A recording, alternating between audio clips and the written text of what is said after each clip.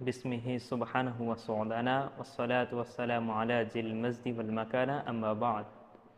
প্রিয় দর্শক, আজকে আমাদের আলোচনার বিষয়বস্তু হলো আগত কোরবানি বিষয়ে কয়েকটি মাসআলা।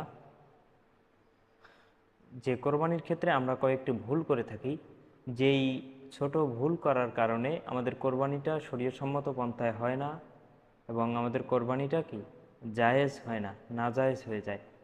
তো এই কোরবানির যে আমরা ছোটোখাটো কয়েকটি ভুল করে থাকি, তার মধ্যে উল্লেখযোগ্য কয়েকটি ভুল। যেমন 1 নম্বরে আমাদের নিয়তের বিশুদ্ধতা। আমাদের অনেকেরই নিয়তের মধ্যে ত্রুটি থেকে যায়, নিয়তটা সহি হয় না।